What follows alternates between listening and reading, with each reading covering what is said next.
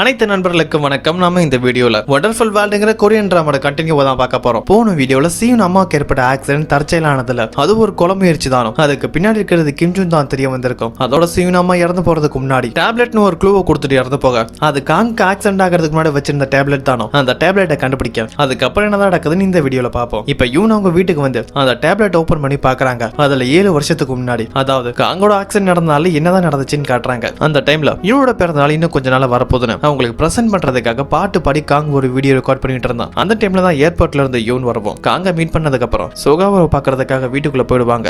அப்ப வீடியோ ஆன்ல இருக்கும் போது காங் விளையாடுறதுக்காக வெளியில வந்துருவான். அந்த நேரத்துல தான் அவனுக்கு ஆக்சிடென்ட் ஆயிருக்கும். ஆனா அந்த ஆக்சிடென்ட் பண்ணது சீனோட அப்பா யாங்கல கிம்ஜோன். ஆக்சிடென்ட் ஆன உடனே காங்க ஹாஸ்பிட்டலுக்கு கூட்டிட்டு போகாம அவன் அடிப்பட்ட நிலைமையிலே கார்ல தூக்கி போட்டு ஒரு இடத்துக்கு கூட்டிட்டு போயிடுவான். அங்கிருந்து யாங்க கால் பண்ணி வர சொல்லி அடிப்பட்ட நிலைமையில இருக்க காங்க காட்டவும், இந்த பையனை எதுக்காக இன்னும் கார்ல வச்சிருக்க, ஹாஸ்பிட்டலுக்கு கொண்டு போனா காப்பாற்ற முடியும்னு சொல்ல கிம்ஜனும் அதே என்னால முடியாது, ஏன்னா நான் ட்ரிங்க் பண்ணிருக்கேன், போலீஸ் கேஸ் ஆனா அந்த விஷயம் வெளியில தெரிஞ்சிடும், அடுத்து அந்த பையன் முகத்தை வேற பார்த்திருக்கான், அடுத்த எலெக்ஷன்ல பிரைம் மினிஸ்டர் கேண்டிடேட்டாக எனக்கு வாய்ப்பு கிடைக்க போது, என்னால இவனை காப்பாத்தி டிஸ்க் எடுக்க முடியாதுனோ, அந்த பையனை கொன்னுட்டு பழியை நீ ஏத்துக்கோன்னு சொல்ல சீனோட அப்பா யாங்குக்கு அதுல விருப்பம் இல்ல. ஆனா அந்த டைம் அவர் பையன் சீனோ ஹாஸ்பிட்டல்ல மோசமான நிலையில இருந்தான். ஹார்ட் சர்ஜரி பண்ணியே ஆகணும். தான் பையனை காப்பாத்துறதுக்காக வேற வழி இல்லாம காங் மேல காரை ஏத்திட்டு அந்த பழியை தான் ஏத்துக்கிட்டா. தான் பையனை காப்பாத்த சொல்லி டீல் போட்டிருக்கவும் கிம் ஜூன் அதுக்கு சம்மதிச்சுட்டு அங்கிருந்து போக சின்ன காயத்தோட உயிருக்கு போற நிலைமையில இருந்த காங்க எடுத்துட்டு வந்து காரோட பின்பக்கம் வச்சு கார் டயரை மறுபடியும் ஏத்திருப்பாரு. இது எல்லாமே காங்கோட டேப்லெட்ல பதிவாயிருக்கும். அதை இப்ப பிரசன்ட்ல யூன் கேட்டு தான் பையனுக்கு நடந்த கொடுமையை நினைச்சு வருத்தப்படுற அது அந்த ரூமுக்கு வெளியில என்ன சீனு கேட்டுருவான். இது வரைக்கும் தான் அப்பா தெரியாம ஆக்சிடென்ட் பண்ணி தான் காங் இறந்து போனதா நினைச்சவனுக்கு இப்ப தன்னோட உயிரை காப்பாத்த தான் தான் அப்பா இப்படி ஒரு பாவம் பண்ணாருன்னு தெரிய வர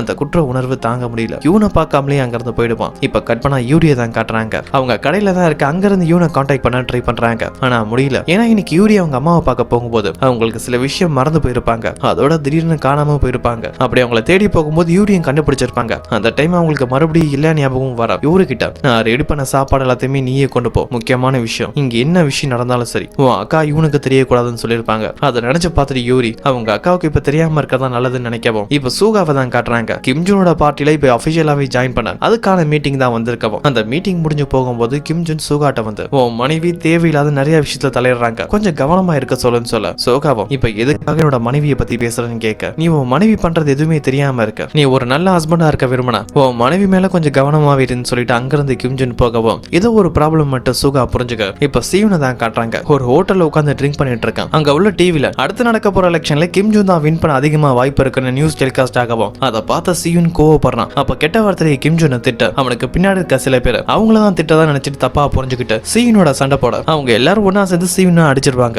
அப்படியே கட் பண்ணா இவனோட அம்மாவை தான் காட்டுறாங்க. ரீசெண்டா தனக்கு ஏதோ ஒரு ப்ராப்ளம் ஃபீல் பண்ணவும் அதுக்காக ஹாஸ்பிட்டலுக்கு டாக்டர் தான் பார்க்க வந்திருப்பாங்க. அவங்க டெஸ்ட் ரிப்போர்ட்லாம் செக் பண்ணி பார்த்துட்டு டாக்டரும் இவன் அம்மாவுக்கு அல்சைமர்ங்கிற மெமரி ப்ராப்ளம் இருக்கும்னோ, அதனால அவங்களுக்கு அதிகமா ஞாபகம் மறதி பிரச்சனை வரும்னோ, அந்த ப்ராப்ளமை கியூர் பண்ண முடியாது, ஆனா மெடிசன்ஸ் எடுத்துக்கிறது மூலமா ஓரளவு கட்டுப்பாட்டுல வச்சிருக்க முடியும்னு சொல்ல டாக்டர் மீட் பண்ணிட்டு இவனோட அம்மா ஹாஸ்பிட்டலுக்கு வெளியில வர அவங்களுக்கு தனக்கு ஒரு பிரச்சனை இருக்கிறது பெருசா தெரியல, ஆனா தனக்கு எதுவும் ஆனா தான் பொண்ணோட ஈனோட நிலைமை என்ன ஆகும் தான் வருத்தப்பட இப்ப சீவனை தான் காட்டுறாங்க. காங்கோட கல்லறைக்கு தான் வரா. சீனோட உயிரை காப்பாத்தான் யாங் காங்கோட உயிரையே எடுத்திருப்பாரு. அந்த குற்ற உணர்வுல சீனோட கலரை கிளீன் பண்ணிட்டு உன் மரணத்துக்கு நியாயம் கண்டிப்பா கிடைக்கும், உன் அம்மாவுக்கு நான் உதவியா இருப்பேன் சத்தியம் பண்ணேன். கற்பனா இப்ப யூனை தான் காட்டுறாங்க. தான் பையன் மரணத்துக்கு முக்கியமான காரணம் அந்த கிம்ஜோன். இதுக்கப்புறம் அவனை விடக்கூடாதுன்னு போலீஸ்ல காங்கோட மரணத்துல முக்கிய குற்றவாளி கிம்ஜோன் தானே கம்ப்ளைண்ட் ரிப்போர்ட் பண்ணிட்டு அங்க இருந்து ஒரு வக்கீல வந்து மீட் பண்றாங்க. அவர்கிட்ட கிம்ஜோனுக்கு எதிராக நீங்க தான் எனக்காக வாதாடணும்னு கேட்க இதுல நிறைய ரிஸ்கே இருந்தாலும் பரவாயில்ல அவர் அந்த கேஸை எடுத்துக்க சம்மதிக்க அங்க இருந்து யூன் தன்னோட வீட்டுக்கு தான் வர. பின்னாடி யாரை ஃபாலோ பண்ற மாதிரி இருக்குன்னு திரும்பி பார்த்தா அது சியூன் தான். இன்னும் எவ்வளவு நேரம் நான் ஃபாலோ பண்ண போறேன்னு கேட்க நீங்க பத்திரமா வீட்டுக்குள்ள போற வரைக்கும் சொல்லப்போம், நான் என் வீட்டுக்குள்ள போய்க்கிறேன், நீயும் பத்திரமா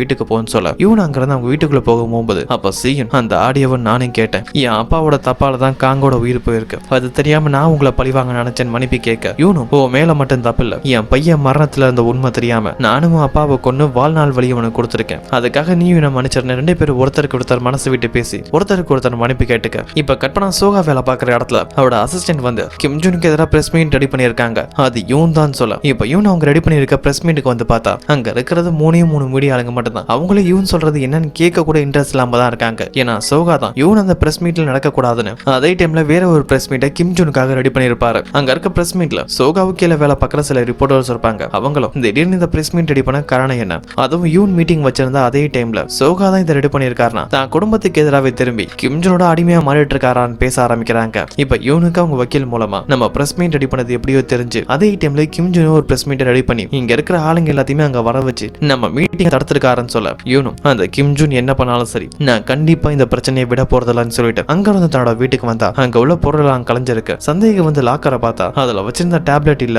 சோகா அந்த டேப்லெட் எடுத்துட்டு வந்து கிம் ஜூன் கொடுக்கவும் தான் பண்ண தப்புக்கு இருக்க ஒரே எவிடன்ஸ் இதுதானோ கிம் ஜூன் அந்த டேப்லெட்டை உடைச்சிடுவான். அப்பதான் யூன் கிட்ட இருந்து சோகாவுக்கு கால் வர தன்னோட வீட்டுக்கு வந்து யூன் கிட்ட கிம் ஜூனுக்கு எதிரான கொடுத்த கம்ப்ளைண்ட்டை வாபஸ் வாங்க சொல்ல யூனும் நம்ம பையன் மரணத்துக்கு காரணமே அந்த கிம் ஜூன் தான், அது உனக்கும் தெரியுமான்னு கேட்க சோகாவும் நான் உங்ககிட்ட கெஞ்சி கேட்கிறேன் இந்த விஷயத்துல இருந்து பின்வாக்கிடுன்னு சொல்ல ஆனா யூன் தான் பையன் மரணத்துக்கு காரணமா இருந்த கிம் ஜூனுக்கு தண்டனை வாங்கி தரதா முடிவுல தான் இருக்கவோ நான் கண்டிப்பா இந்த விஷயத்துல இருந்து பின்வாங்க போறதுல அங்கிருந்து அவங்க ரூமுக்கு போக அப்பதான் அவங்க எழுதின லவ் இன் டைம்ங்கிற ஒரு புக்கை பார்க்கவோ அவங்களுக்கு ஒரு ஐடியா வருது. அப்படியே கட் பண்ணா சியூனை தான் காட்டுறாங்க. யூன் அம்மாவோட கடைக்கு வந்தவன் என்ன நினைச்சான்னு தெரியல ஒரு பொக்கேவே அந்த கடைக்கு வெளியில வச்சுட்டு அங்க இருந்து போகவும் அப்ப என்னோட அம்மா அவனை பார்த்துட்டு கடைக்குள்ள வந்து சாப்பிட சொல்றாங்க. என் கூட பையன் தானே நீ, என் குடும்பத்துல நடந்த பிரச்சனைக்கெல்லாம் நீ தான் காரணம் எனக்கு தெரியும், என் பொண்ணை பழிவாங்க தானே இதெல்லாம் பண்ண, இப்ப நீ நினைச்ச மாதிரி என் பொண்ணை பழி வாங்கிட்ட, ஆனா நீ நினைச்ச நிம்மதி உனக்கு கண்டிப்பா கிடைச்சிருக்காது, ஏன் உன் அம்மா இப்ப மட்டும் வீடு இருந்திருந்தா கூட நீ பண்ண விஷயத்த நினைச்சு சந்தோஷப்பட்டிருக்க மாட்டாங்க, இதுக்கப்புறம் பழிவாங்குங்கிற வேலையை விட்டுட்டு உன் வாழ்க்கையை நல்லபடியா வாழ பாருன்னு அட்வைஸ் பண்ண. இப்ப சோஜனை தான் காட்டுறாங்க. சியூன் சோஜன் மூலமா கிம் ஜூனோட கண்ட்ரோல்ல இருக்க ஃபவுண்டேஷனோட டீடைல்ஸ் எல்லாம் கலெக்ட் பண்ண சொல்லிருப்பாங்களா, அந்த டீடைல்ஸ் எல்லாம் கலெக்ட் பண்ணிட்டு யார் யாருக்கெல்லாம் ஃபவுண்டேஷன் மூலமா ஃபண்ட் கிடைச்சிருக்குன்னு தெரிஞ்சுக்கிட்டு அவங்கள வந்து டைரக்டா மீட் பண்ணப்போம். அதுல ஒரு சிலருக்கு மட்டும் தான் ஃபண்ட் கிடைச்சிருக்கு. இன்னும் தெளிவா சொல்லணும் 10 பேருக்கு 1-2 பேருக்கு மட்டும் உதவி பண்ற மாதிரி பணத்தை கொடுத்துட்டு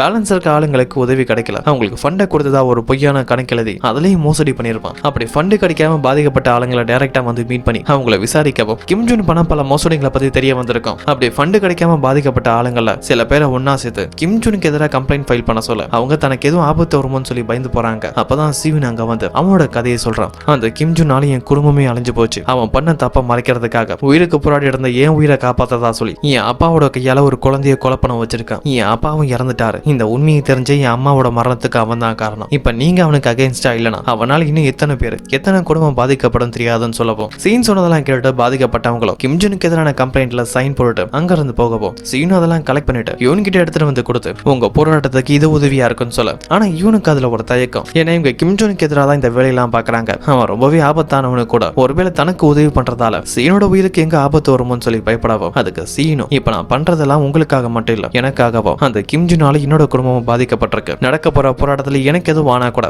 என்னை பத்தி கவலைப்படவும் இந்த உலகத்துல ஆளுங்க இருக்காங்கன்னு இவனை தான் இன்டெரக்டா சொல்ல. இப்ப சீன் அவங்க அம்மாவை தான் மீட் பண்ண வீட்டுக்கு வராங்க. வந்து பார்த்தா அங்க இருக்க துணி எல்லாம் கலைஞ்சிருக்கு, அவங்க காய்கறி எல்லாம் பாதிலே வெட்டி வச்சிருக்காங்க, வீட்டுல ஆளையும் காணோம், அம்மா எங்க தான் போயிருப்பாங்கன்னு வெளியில தேடி வர ஒரு இடத்துல அவங்க அம்மா செப்பல் மட்டும் கீழே இருக்க, அதை பார்த்துட்டு தான் அம்மாவுக்கு எதுவும் ஆயிருக்குமோன்னு சொல்லி பயத்திலேயே மறுபடியும் தேடிட்டு ஒரு பார்க்குக்கு வராங்க. அங்கதான் ஒரு ஊஞ்சல இவனோட அம்மா உட்கார்ந்து இருக்கவும் இவனுக்கிட்ட காங் இறந்து போனதையே மறந்து அவன் திடீர்னு காணாம போனதா சொல்லி அழுதுட்டு இருக்க. தான் அம்மாவுக்கு ஏதோ ஒரு பிரச்சனை இவன் புரிஞ்சுக்கவும் அம்மா காங் கிடைச்சிட்டா வீட்டுல இருக்கான்னு சொல்லி அவங்கள சமாதானப்படுத்தி வீட்டுக்கு கூட்டிட்டு வந்து தூங்க வைக்க அவங்க அம்மாவுக்கு ஏதோ ஒரு ப்ராப்ளம் புரிஞ்சுக்கிட்டு அதை பத்தி கவலைப்பட்டு அழுதுட்டு இருக்கவும் அதை அவங்க அம்மாவும் பாத்துருவாங்க. அதுக்கு அடுத்த நாள் இவன் கால் பண்ணி அம்மா ரீசெண்டா எதுவும் ஹாஸ்பிட்டலுக்கு வந்தாங்களான்னு சொல்லி விசாரிக்கவும் அவன் மூலமா அன்னே உங்க அம்மா ரீசெண்டா ஹாஸ்பிட்டலுக்கு வந்திருக்காங்க, அவங்க டீடைல்ஸையும் செக் பண்ணி பார்த்தேன், அவங்களுக்கு மெமரி ப்ராப்ளம் இருக்கிறதா சொல்ல. கட் பண்ணா இவன் அவங்க எழுதின லவ் இன் டைம்ங்கிற புக்கை ரீரிலீஸ் பண்ண போறதா போஸ்ட் வரவும் யூரி அதை பார்த்துட்டு அவங்க அக்காவுக்கு உதவி பண்றதுக்காகவே ஒரு பிரஸ் மீட் ரெடி பண்ண இவனும் அவங்க புக்கை ரீரிலீஸ் பண்றதா காரணமா வச்சு அந்த இடத்துக்கு பிரஸ் பீப்புள்லாம் வர வச்சு அவங்க எல்லாருக்கும் முன்னாடி காங்கோட மரணத்துக்கு முக்கிய காரணம் கிம் ஜூன் தான் சொல்லிட்டு அங்கிருந்து போகவும் அது பெரிய நியூஸ் ஆக ஆரம்பிக்குது. சோகாவுக்கும் அவர் கீழே வேலை பார்க்குற ஆளுங்க மூலமா இவன் ஃபேக்கா ஒரு பிரஸ் மீட் ரெடி பண்ணி அதுல காங்கோட மரணத்தை கிம் ஜூன் தான் காரணம் சொன்ன விஷயம் தெரியவும் கீழே வேலை பார்க்குற ஆளுங்களாம் இப்ப நம்ம என்னதான் பண்றதுன்னு கேட்க அப்ப சோகாவும் கிம் ஜூனோட கேம்பெயின்ல மட்டும் ஃபோக்கஸ் ஆருங்க, இவனோட கேஸ் இப்ப முக்கியம் இல்லைன்னு சொல்லிட்டு போக கட் பண்ண இப்ப கிம் ஜூனை தான் காட்டுறாங்க. எலெக்ஷன் கேம்பெயின்ல இருக்கும்போது செக்ரட்டரி மூலமா இவனோட பிரஸ் மீட்டை பத்தி தெரிய வர அங்க இருந்து தன்னோட ஆபீஸுக்கு வந்தவர் செக்ரட்டரி மேலேயே கோவப்பட்டு அடிச்சிருவாரு. செக்ரட்டரியும் இவன் புக்கை ரீரிலீஸ் பண்றதுக்காக பிரஸ் மீட் நடத்துறாங்க, நம்மள ட்ரிக்கா ஏமாத்தி இந்த விஷயத்தெல்லாம் பண்ணதா சொல்ல இந்த ப்ராப்ளமை எப்படியாவது நம்ம சமாளிச்சு ஆகணும்னு கிம் ஜூன் ஒரு பிளான் பண்ண.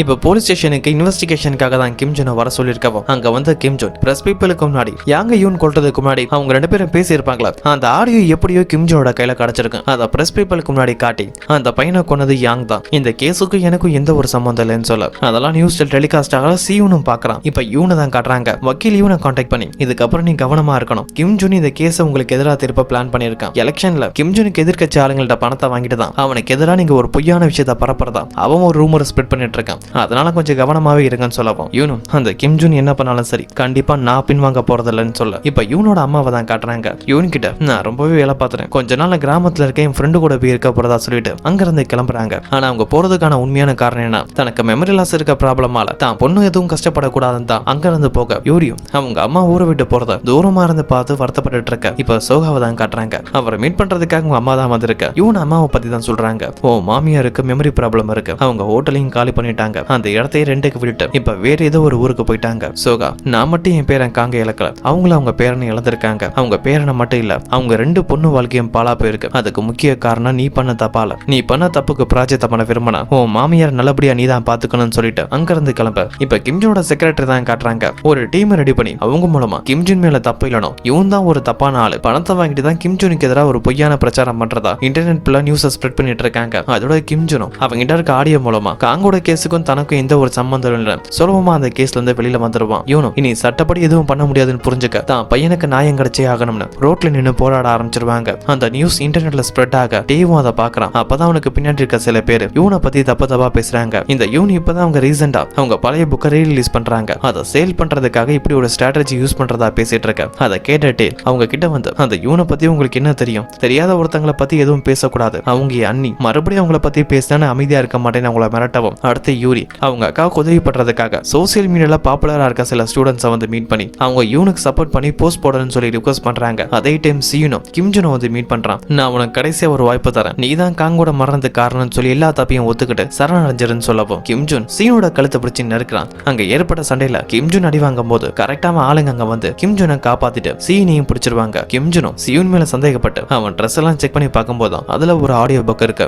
அதை எடுத்து வச்சுக்கிட்டு இப்ப சீனை கொண்டா தனக்கு பிரச்சனைன்னு மறுபடியும் என்கிட்ட மூவ் பண்ணாதன்னு மிரட்டிட்டு அங்கிருந்து போக இப்ப இவனோட போராட்டம் தான் காட்டுறாங்க. அங்க அவங்கள மீட் பண்றதுக்காக சோகாவோட அம்மா தான் வந்திருக்க. அவங்க மருமக கிட்ட உன் போராட்டத்துக்கு என்னோட சப்போர்ட் எப்பவும் இருக்கும், நீ பத்திரமா இருன்னு சொல்லிட்டு அங்கிருந்து போகப்போ இன்டர்நெட் ஃபுல்லா இவனோட போராட்டம் வைரலாக ஆரம்பிக்குது. நிறைய பேர் இவனுக்கு சப்போர்ட் பண்ணி வராங்க. இது கிம்ஜோட பார்ட்டியில இருக்க ஆளுங்களுக்கு தெரிய வரவும் இந்த ப்ரொட்டஸ்டே எப்படியாவது தடுத்தே ஆகணும்னு அங்க வந்து பிரச்சனை பண்றாங்க. காங்கோட போட்டோ மேல இவன் மேல எல்லாம் முட்டையை தூக்கி எறியவும் கரெக்டா அங்க சீன் வந்துருவான். கூடவே என் ஃப்ரெண்ட்ஸ் எல்லாம் கூட நிறைய கூட்டிட்டு வரவும் ஆளுங்க நிறைய வரதை பார்த்துட்டு அந்த பார்ட்டி ஆளுங்களும் பயந்து போயிருவாங்க. அதுக்கப்புறம் இன்னும் நிறைய ஆளுங்க வர போராட்டம் பெருசாக ஆரம்பிக்குது. அதே டைம் கிம்ஜுன் எலெக்ஷன் கேம்பெயின்ல இருக்க. அப்போ சோகா நியூஸ் மூலமா கிம்ஜுன் பண்ண தப்பு எல்லாத்தையுமே வெளியில கொண்டு வந்துருவாரு. சோகா கிம்ஜுன் சொன்னதான் கேட்டு நடந்ததுக்கு முக்கியமான காரணமே அவன் தன்னை ஃபுல்லா நம்பணும் தான். சரியான நேரம் வரும்போது அவன் தப்ப வெளியில கொண்டு வரணும் தான். அதுக்காக தான் லீயும் சோகாவும் ஒரு பிளான் பண்ணிருப்பாங்க. அந்த பிளான் இதுதான். கிம்ஜுன் சோகா தன்னோட கண்ட்ரோல்ல இருக்கிற வரைக்கும் அவனால எதுவும் பண்ண முடியாதுன்னு தான் கேர்லெஸ்ஸா இருக்க. அந்த வாய்ப்பை பயன்படுத்தி டேட்டா கிம்ஜுனுக்கு எதிரான ஆதாரங்களை சேர்க்க ஆரம்பிச்சிருப்பாரு. கூடவே சியூனையும் மீட் பண்ணி தான் பக்கம் இழுத்து அவன் மூலமா ஒரு பிளான் பண்ணி தான் சியூனை கிம்ஜுனை பார்க்க அனுப்பியிருப்பாரு. அங்கிருந்து சீனோட ஆடியோ பக்க வேணா கிம்ஜுன் எடுத்திருக்கலாம். ஆனா அங்க கிம்ஜுன் சீனு அடிச்சு எல்லாமே வீடியோ ரெக்கார்ட் ஆகியிருக்கும். கிம்ஜுன் அந்த டைம்ல அவன் தப்பு பண்ணதை அவனே சொல்லியிருப்பான். அதெல்லாம் கூட வீடியோ ரெக்கார்ட் ஆயிருக்கும். அதோட சோகா காங்கோட டேப்லெட்டை கிம்ஜுன் கொடுக்கும் போது தான் பண்ண தப்புக்கு இருக்க ஒரே எவிடன்ஸ் தான் டேப்லெட்டை உடைச்சது. அதெல்லாம் கூட வீடியோவா டெலிகாஸ்ட் ஆக லாஸ்டா காங்கோட டேப்லெட்ல பதிவாயிருக்குமே கிம்ஜுன் யாங்கும் பேசுற மாதிரியான ஆடியோ அதையும் பிளே பண்ண கிம்ஜுன் தான் காங்கோட மரணத்துக்கு முக்கிய காரணங்கிற எல்லா உண்மையும் தெரிய வந்திருக்கும். சோகா உண்மையான காங்கோட டேப்லெட்டே கொடுத்திருக்க மாட்டாரு. அதுக்கு பதிலா அதே மாதிரி இருக்க ஒரு பொய்யான டேப்லெட்டை ரெடி பண்ணி தான் கொடுத்திருப்பாரு. இப்ப கிம்ஜுனோட உண்மையான முகம் மக்களுக்கு தெரியவும் அவனுக்கு சப்போர்ட் பண்றதை நிறுத்திடுவாங்க. இதுக்கப்புறம் அவனால பிரைம் மினிஸ்டர் ஆக முடியாது. அந்த டைம் நியூஸை டெலிகாஸ்ட் பண்ணதுக்கு அப்புறம் சோகா அந்த ரூம்ல இருந்து வெளியில வர அவரை கீழே வேலை பார்க்குற ஆளுங்க யாரெல்லாம் சோகாவை பார்த்து தப்பா பேசினாங்களோ அவங்க எல்லாருமே இப்ப மரியாதை கொடுக்குறாங்க. சோகாவுக்கு இப்பதான் நிம்மதி. காங்க மரணத்துக்கு யாரு காரணமா அவனை பழி வாங்கிட்டோன்னு அந்த நிம்மதியோட இருக்க. கட் பண்ணா மறுபடியும் கிம்ஜுனை தான் கட்டுறாங்க. இவ்வளவு பார்த்துட்டு இருக்க இந்த செக்ரட்டரி எங்க தான் போயிருப்பான்னு சொல்லி கால் பண்ணா அவங்களும் கால் அட்டன் பண்ணி பாஸ் இனிமேல் நீங்க எனக்கு கால் பண்ண வேண்டியதில்லை, ஏன்னா நான் கால் அட்டன் பண்ண போறதுல உங்ககிட்ட வேலையும் பாக்குறதுன்னு சொல்லிட்டு கால் கட் பண்ணிடுவாங்க. அப்பதான் இன்னொரு ட்விஸ்டையும் காட்டுறாங்க. இந்த கிம்ஜுனுக்கு எதிராக எல்லா எவிடன்ஸையும் ரெடி பண்ண முக்கியமான காரணமே இந்த செக்ரட்டரி தான். சீக்கிரம் வந்து மீட் பண்ணி என் அம்மாவுக்கு நடந்தது ஒரு ஆக்சிடென்ட்ல ஒரு குழம்பிடுச்சு, அது உனக்கும் தெரியும், அதுக்கான எல்லா எவிடன்ஸையும் நான் கலெக்ட் பண்ணிட்டேன். ஒருவேளை நாளைக்கு எதுவும் பிரச்சனை வந்து போலீஸ்ல மாட்டுக்கிற மாதிரி இருந்தா கண்டிப்பா கிம்ஜுன் உள்ள போக மாட்டான். அவன் ஒன்னதான் உள்ள அனுப்புவான். ஏன்னா அவன் எல்லாத்தையுமே ஓ மூலமா தான் பண்ணியிருக்கான். நீ இந்த பிரச்சனையில தப்பிக்கணும்னா நீ எனக்கு உதவி பண்ணி ஆகணும்னு சொல்லி செக்ரட்டரியும் தா பக்கம் இழுத்து சியூன் அடி வாங்கும் போது அந்த டேப்லெட்டை உடைக்கும் போதும் இது எல்லாத்தையுமே சீக்ரெட் பக் மூலமா வீடியோ ரெக்கார்டிங் எடுத்தது இந்த செக்ரட்டரி தான். இப்ப எல்லா எவிடன்ஸும் கிம்ஜுனுக்கு எதிராக இருக்க. போலீஸ் அவனை அரெஸ்ட் பண்றாங்க. கோர்ட்ல கேஸ் நடக்குது. சீனோட அம்மாவை ஆக்சிடென்ட் பண்ண அந்த டிரைவரோட மனைவி கிம்ஜுனோட செக்ரட்டரி அடுத்து அந்த நெய்பர் லேடி இவங்க எல்லாருமே சியூனுக்கு எதிராக சாட்சி சொல்ல கடைசி சாட்சியா தான் சியூன் வர காங்க ஆக்சிடென்ட் பண்ணது கிம்ஜுன் தானோ அந்த பழியை என் அப்பா ஏத்துக்கிட்டாரு. அதுக்கான காரணம் அந்த டைம் நான் உயிருக்கு போற நிலைமையில ஹாஸ்பிட்டல்ல இருந்தேன். என் நிலைமையை பத்தி தெரிஞ்சுக்கிட்ட கிம்ஜுன் என்னை காப்பாத்துறதா சொல்லி என் அப்பாவோட ஒரு டீல் போட்டான். அதனாலதான் என் அப்பாவும் காங்கோட மரணத்துக்கு காரணமா இருந்தாருன்னு அந்த உண்மையெல்லாம் சொல்லப்போம். கிம்ஜுனோட வக்கீலும் நீங்க சொல்றதெல்லாம் உண்மையாவே இருந்தாலும் நீங்க எதுக்காக உங்க அப்பாவை கொண்டா ஒரு கொலகாரிக்கு உதவி பண்ணணும், அதுக்கான காரணம் என்ன, உங்களுக்கு யூனுக்கு என்ன சம்மந்தம்னு கேட்க அதுக்கு சியூனும் அப்பா மரணத்துக்கு நான் பழி வாங்க யூனு நினைச்சேன், அதுக்காக தான் பொய்யான அடையாளத்தோட யூன் பக்கத்துல நெருங்கினேன். அப்பதான் யூன் எனக்கு வாழ்க்கைனா என்னன்னா அன்புனா என்னன்னு கத்து கொடுத்தாங்க. யாருமே இல்லாம இருந்த என் மேல ஒரு அக்கறையை காட்டி அம்மா மாதிரி இருந்தாங்கன்னு சொல்ல கோர்ட்ல எல்லா எவிடன்ஸும் கிம்ஜுனுக்கு எதிராக இருக்க அவனுக்கு ஆயுள் தண்டனையும் கிடைக்க யூனை தவிர எல்லாருமே அங்க இருந்து போக அப்ப யூன் பக்கத்துல அவங்க பையன் காங் உட்கார்ந்துருக்க அவன் அம்மாவோட கையை பிடிச்சு அம்மா எல்லா பிரச்சனையும் முடிஞ்சிருச்சு, இதுக்கப்புறம் எப்பவுமே உங்களை நீங்க ஹேட் பண்ணிக்க கூடாது, நானும் சந்தோஷமா தான் இருப்பேன் அவனோட சொல் தாங்கிட்ட பேசுற மாதிரி யூன் இமேஜினேஷன் பண்ணிக்க அப்ப கோர்ட்ல இருந்து வெளியில வராங்க. வெளியில தான் சோகா காத்துட்டு இருக்க. கற்பனை இப்ப ஒரு ஹோட்டல்ல தான் 2 பேரையும் காட்டுறாங்க. அப்ப யூனும் நம்ம பையனை கொண்டது வேணா காங்கா இருக்கலாம், ஆனா அவன் மரணத்துக்கு என்னோட கேர்லெஸ்னஸ் ஒரு காரணம், எனக்கு உண்மை தெரிஞ்சிடுச்சுன்னு சொல்றாங்க. அங்க என்னதான் நடந்திருக்கும்னா யூன் காங்கோட வீடியோ பார்க்கும்போது அவன் டோர் ஓபன் பண்ணிட்டு வெளியில போயிருப்பான். ஆனா அப்ப லாக்கோட சவுண்ட் கேட்டிருக்காது. அப்ப யூன் வரும்போது டோரை லாக் பண்ணவே இல்ல. இந்த எல்லா விஷயமும் நெய்பர்லோட வீட்ல இருந்த சிசிடிவி கேமரால ரெக்கார்ட் ஆயிருக்கும். அவங்க மொபைல வச்சு அவங்க பையனை வீடியோ ரெக்கார்ட் பண்ணிட்டு இருந்திருப்பாங்களே, அப்பயும் அந்த விஷயம் ரெக்கார்ட் ஆயிருக்கும். கிம்ஜுனுக்கு அந்த வீடியோ ரெக்கார்டிங் கிடைக்கும். அதை வச்சுதான் சோகாவா மிரட்டிட்டு இருந்திருப்பாரு. ஏன்னா இவனோட கவனக்குறைவால தான் காங் வீட்ல இருந்து வெளியில போயிருந்தான். அப்பதான் அவனுக்கு ஆக்சிடென்ட் ஆயிடுச்சுன்னு தெரிஞ்சா தான் பையன் மரணத்துக்கு அவங்க தான் காரணம்னு ஒரு குற்ற உணர்வுலயே கொஞ்சம் கொஞ்சமா இறந்து போயிருப்பாங்க. அப்படி ஒரு குற்ற உணர்வு அவங்க பாதிக்கப்படக்கூடாதுன்னு தான் அந்த டைம்ல சோகா கிம்ஜுன் சொன்னதெல்லாம் கேட்டுட்டு அமைதியா இருந்திருப்பாரு. இப்ப பிரசன்ட்ல யூன் கிட்ட நான் எப்பவுமே ஆசைப்பட்டது ஒரே விஷயம் தான், நீ நம்ம பையனும் சந்தோஷமா இருக்கணும்னு. ஆனா என்னால அவனை காப்பாற்ற முடியல, அட்லீஸ்ட் நீயாவது இனிமேல் ஒரு சந்தோஷமா நிம்மதியான வாழ்க்கையை வாழணும்னு சொல்ல